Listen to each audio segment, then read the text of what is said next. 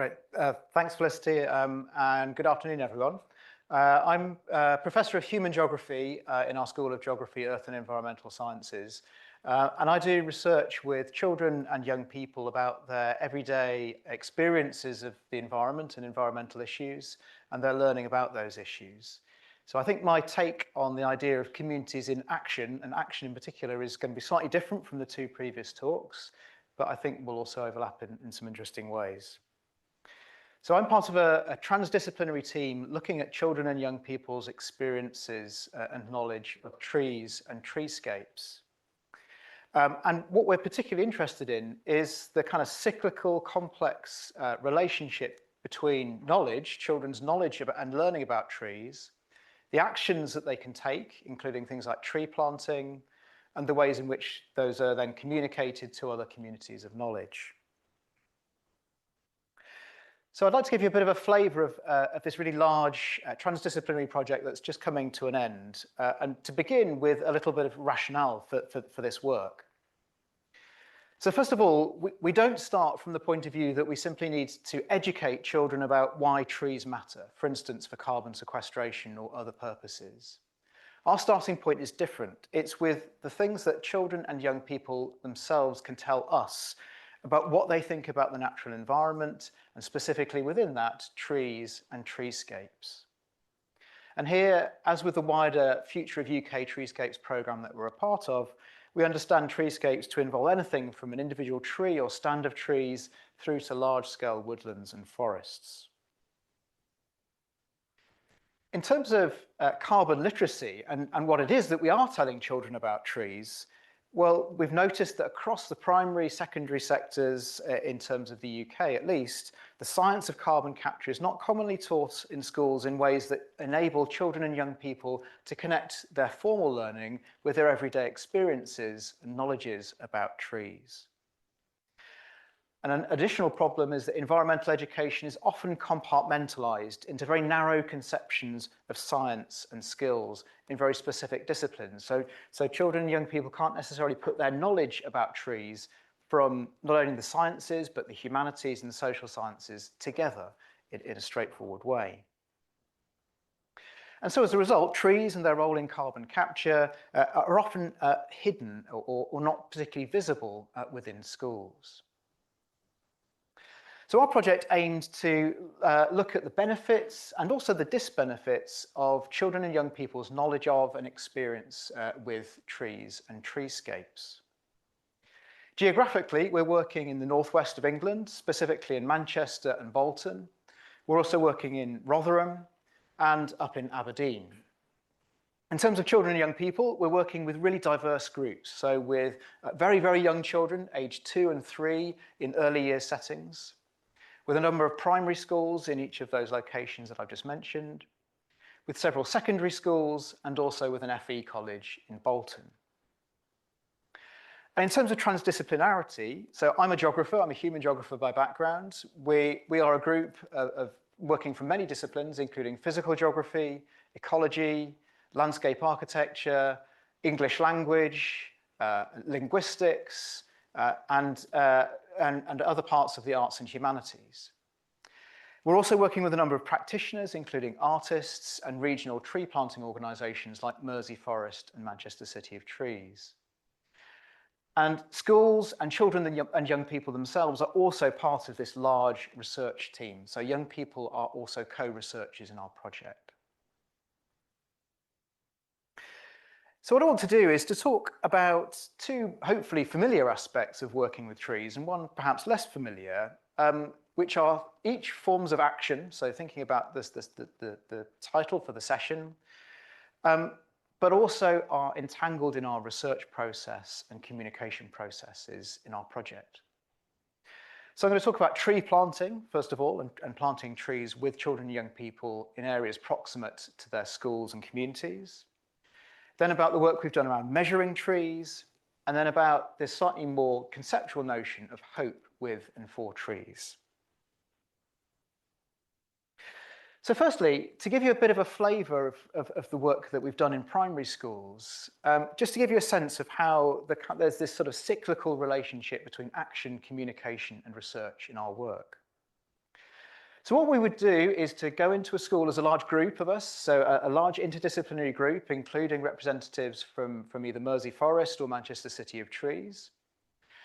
We would talk a bit with the children about trees and about some of the science of trees, but we would then engage them in a series of activities to find out their knowledge and experience of trees. So that could be engaging them in telling stories. It could be asking them about where and how they play with trees. It could be about, especially in some of the schools we're working in, which are very diverse schools where the children are first or second generation migrants to the UK, asking them about their knowledge of trees from where they've come or where their parents have come from, and therefore the stories of trees that they bring with them. So in this school, in Trafford, in central Manchester, one of the most diverse areas of central Manchester, we used that process, and then we identified a patch of land that we could plant some trees on, and we co-designed that space with children and young people, again, starting from their knowledges and hopes. So you can see on the slide on the top left, we engaged in this process of drawing and co-designing and modeling. We then discussed that with the children and then worked with a landscape architect to formalize those designs. The children then actually took part in planting those trees in this patch of land proximate to the school, and then learned further about their experiences. And since then, we've returned to the school to measure the trees and to look at tree care and maintenance. And I'll say a little bit more about that in just a moment. But what's important to us is that tree planting is often seen as kind of one of the potential high points of how we might engage communities, and particularly children and young people, with trees and with the science of trees. But what we want to argue is that so much else happened alongside that. So as well as the actual outcome, planting these hundreds of trees in one space, we generated new and hopeful forms of learning that were cognizant of the science of trees, but also extended beyond that. So children's simple activities around the trees, they developed a tree dance where they were jumping up and down on around the trees as they were planting them because they weren't physically big enough and strong enough to either dig up the tree, the patch of land they wanted to plant the tree into, or to plant the tree. They were also acting as co-researchers. So they interviewed each other about their experiences. They took videos of themselves. They even did things like, you can see on the top right there, found various bugs, worms, and other creatures in the soil, and enlisted them in the process of taking notes and trying to understand their experiences. So tree planting is important, but we shouldn't lose sight of the whole proliferation of activities that can happen around it. So the same happens for tree measuring. So important to us is not only to focus on tree planting as this key moment where we engage children and young people, but to make sure that that's an ongoing and sustained process over a period of years. So we've involved children in their schools, in their school grounds. This is another school in Bolton in northwest England, in processes of measuring trees and also caring and maintaining the trees that they planted.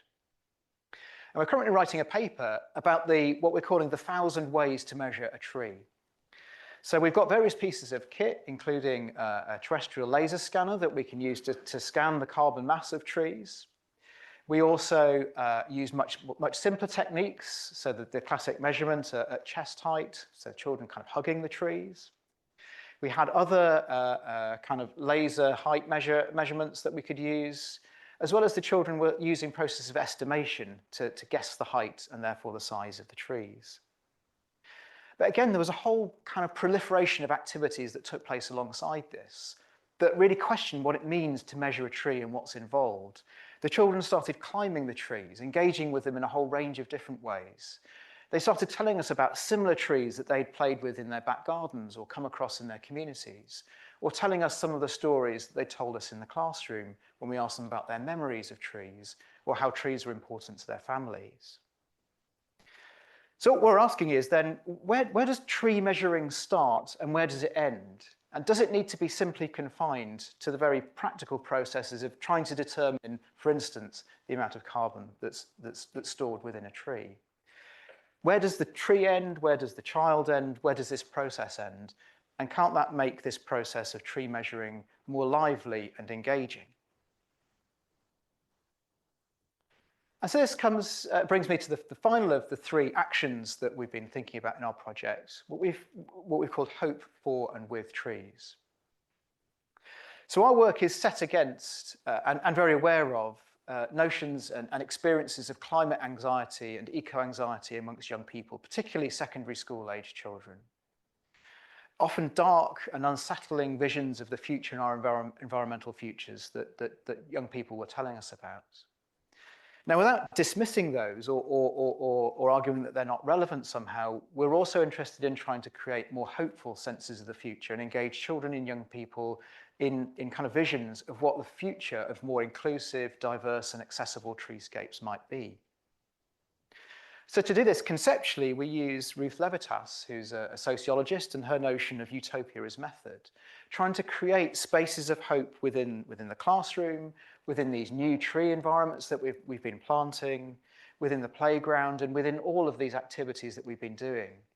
And critically making that a transdisciplinary process.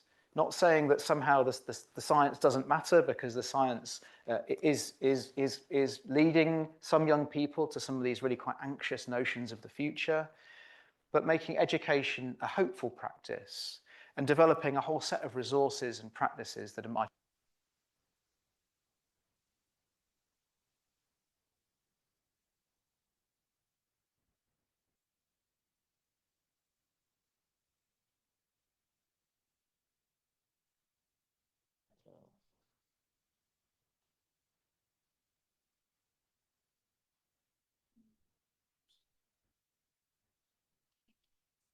I'll just use this one.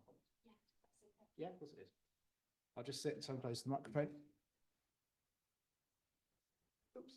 So just to give you the last example. So this is some work that we did with a group of young people who are recently arrived asylum seekers in Manchester, a group of 20 young people from Afghanistan, Eritrea and Sudan. And in this work, we did what we call participatory ethnography, involving a whole series of different activities. Guided walks around Manchester and tree spaces in Manchester, artistic practices, a whole range of practical courses, and they were also put in touch with a number of kind of tree professionals working in and around Manchester. And what, again, we were interested in was the diverse and alternative knowledges that these groups of young people brought with them from wherever they'd arrived. And as part of this process, the young people took part in a participatory photography exercise where they walked around Manchester's parks, taking pictures of trees, of leaves, of parts of trees and of treescapes, often those that reminded them of the places that they'd lived previously. And then again, in terms of bringing their own knowledges and approaches to trees and treescapes, inspired by the Oda tree, which comes from Oromo culture in Eastern Africa, we sought to use that notion of the Oromo tree as a site of dialogue, community, and discourse, of coming together to discuss common purposes and discuss visions for future treescapes. And this was the image that they created. So those photographs were put together. The series of pictures of trees that they took were put together to create what they called a tree of hope. A tree of hope that would push back against some of the negative and often very difficult challenges that these young people were facing. Because not only had they been forced to move from where they were living previously, but these are also part of a generation of young people profoundly affected by environmental change. So just to conclude, I guess what we're saying in our kind of key message here is to not ignore, but to move beyond some of the essence of science communication and communication in environmental education in schools to a less didactic approach, which is always about improving the content and accessibility of information given to children, to empowering a new generation to develop new alternatives in terms of ways of thinking about trees and treescapes. So we're also wanting to think with new types of voice. So not only the kinds of young people who might often be involved in research projects, but a whole diverse set of young people in terms of literally where they've come from, in terms of their identities, and also in terms of their ages. I haven't, for instance, talked about our work with very young children today, but I can do at the end. And finally, then, requiring a new language for thinking about children and trees, with this kind of cyclical notion of knowledge and research, of action and agency, and of communication, which is this never-ending process. I'll leave it there. Thank you very much.